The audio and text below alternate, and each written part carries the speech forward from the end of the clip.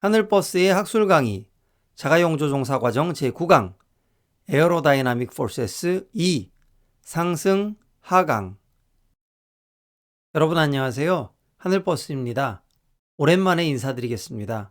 제 개인적인 사정으로 인해서 한동안 업로드를 못했습니다. 여러분께 양해 말씀드리고요. 그 대신 좀 더 신속하게 다음 강의들을 업로드할 수 있도록 하겠습니다.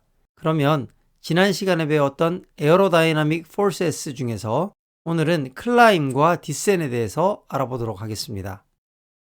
네, 지난 시간에 우리가 선회에 대해서 배웠습니다. 그때 배웠던 개념들 잘 기억하고 계시죠? 오늘은 상승과 하강에 대해서 볼 건데요. 우리가 상승한다는 것은 어떤 것일까요? 항공기가 수평 비행을 하다가 웨이트보다 양력이 더 많아져서 항공기가 위로 올라가는 것을 말하겠습니다.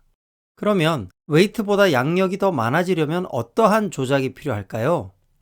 기본적으로 항공기는 앵글 오브 어택을 상승시켜 줍니다.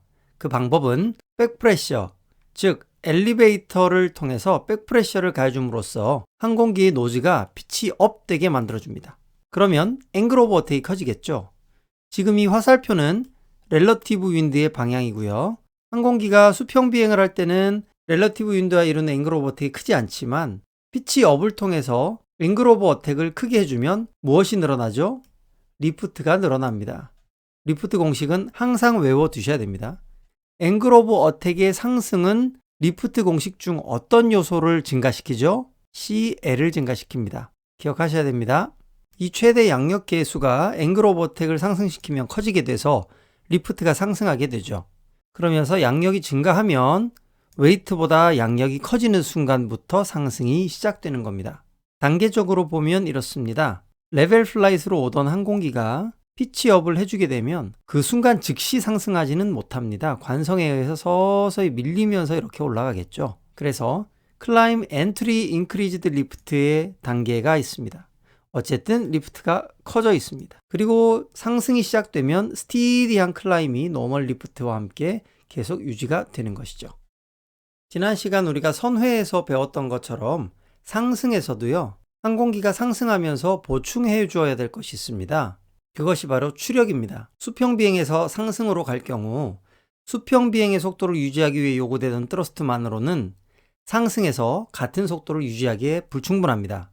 그래서 파워를 증가시켜줘서 보충하지 않으면 속도가 떨어지게 됩니다. 그 이유를 좀 설명해 드릴게요. 항공기가 앵글 오브 어택을 상승시키기 위해서 피치를 들면 리프트가 어떻게 휘어졌었죠? 네, 이렇게 해서 이렇게 휘어지고 요만큼 뒤로 갔죠? 이것을 우리가 무엇이라고 불렀죠? 그렇죠, 유도항력이라고 불렀습니다. 이 유도항력이 뒤로 당기기 때문에 그만큼 속도가 줄어드는 겁니다. 이 줄어드는 속도를 보충해 주려면 파워를 더 넣어줘야겠죠. 이런 이유가 하나 있고요. 또 한 가지는 수평 비행에서 비행 경로가 상승으로 바뀌게 되면 비행 경로의 수직 아래로 향하던 웨이트가 어떻게 바뀌나요? 항공기의 뒤쪽으로 밀린 것처럼 되죠? 다시 한번 설명드릴게요. 항공기의 웨이트가 원래 수평 비행 때는 이 방향이었는데 지금 실제로 상승하면서 받는 웨이트는 이거죠. 그러면 웨이트도 이만큼 뒤로 왔어요. 유도항력 플러스 웨이트의 디플렉션까지도 뒤로 끌어당기기 때문에 속도가 줄어들 수밖에 없는 겁니다. 결과적으로 총 드래그가 커지는 셈이 되죠. 그래서 속도의 손실을 발생시키게 되는 겁니다. 속도의 감소는 기체의 크기나 중량, 총 드래그와 그 외 요소들에 의해서 여러 가지로 달라지게 됩니다. 어쨌든 트러스트와 드래그가 같아지는 지점까지는 속도의 감소가 발생하겠죠. 초반부에 저희가 항공기의 4 forces에 대해서 배웠죠. 트러스트, 드래그, 리프트, 웨이트. 그때 트러스트와 드래그가 같아지면 등속 비행, 트러스트가 더 커지면 가속 비행, 드래그가 더 커지면 감속 비행. 기억이 나실 겁니다. 그래서 현재 트러스트와 드래그가 같아지는 지점까지의 감속이 발생하고 그 이후 안정적인 균형을 이루게 되는 겁니다. 그래서 내가 속도의 손실 없이 계속해서 상승하고 싶다라면 반드시 파워를 보충해서 속도 감소를 막아줘야 하는 겁니다. 증가해주는 파워의 양은 앵글 오브 클라임에 따라 달라집니다. 그것은 유도 항력과 웨이트의 디플렉션 모두가 영향을 미치게 됩니다. 이 상승이 비행 중에 발생하는 거라면 에너지가 어느 정도 있기 때문에 스피드나 추력이 가해질 수 있습니다. 그런데 만에 하나 이륙 시에 맥시멈 추력을 사용했는데도 항공기가 무거워서 뜨지 못하는 상황이 생기면 어떻게 될까요? 간혹 그런 경우가 발생할 수 있습니다. 지금 이 영상을 한번 보시겠습니다. 네, 항공기가 이륙 활주를 하는데요. 무게가 꽤나 무거운 것 같고요.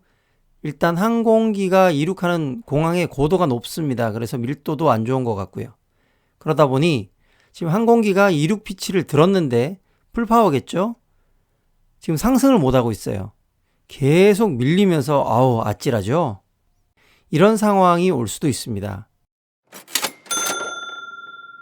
그러면 이제 하강을 알아보도록 하죠. 수평 비행을 하던 항공기가 하강에 진입하기 위해서 포워드 프레셔를 가해줍니다. 즉 피치를 다운시키는 모먼트를 발생시켜주는 거죠. 그렇게 되면 앵글 오브 어택이 감소하면서 리프트 공식에서 앵글 오브 어택이 감소하면 CL이 감소하죠. 그러면 감소하는 만큼 양력도 감소합니다. 이렇게 되면 웨이트가 양력보다 커지겠죠. 잡아당기는 힘이 커진다는 얘기입니다. 중력으로. 그에 따라 기체는 하강을 시작합니다. 동시에 비행 경로도 수평에서 하강으로 이렇게 수평에서 하강으로 비행 경로가 변하겠죠. 상승에서는 아까 리프트가 어느 쪽으로 디플렉션이 됐나요? 그렇죠. 드래그 쪽으로 디플렉션 됐습니다. 그런데 이 그림을 보실까요? 현재 발생시키는 리프트가 원래 발생시키던 것보다 어디로 갔죠? 앞으로 갔습니다. 앞의 방향은 무엇인가요? 네, 그렇습니다. 추력이죠. 추력이 더 커진 효과를 발생시킵니다. 그렇게 되면 무엇이 늘어날까요? 맞습니다. 속도가 늘어나게 되겠죠. 이뿐 아니라 항공기의 아래쪽으로 발생하던 웨이트가 어디 쪽으로 움직였죠? 네, 트러스트 쪽으로 이동을 했습니다.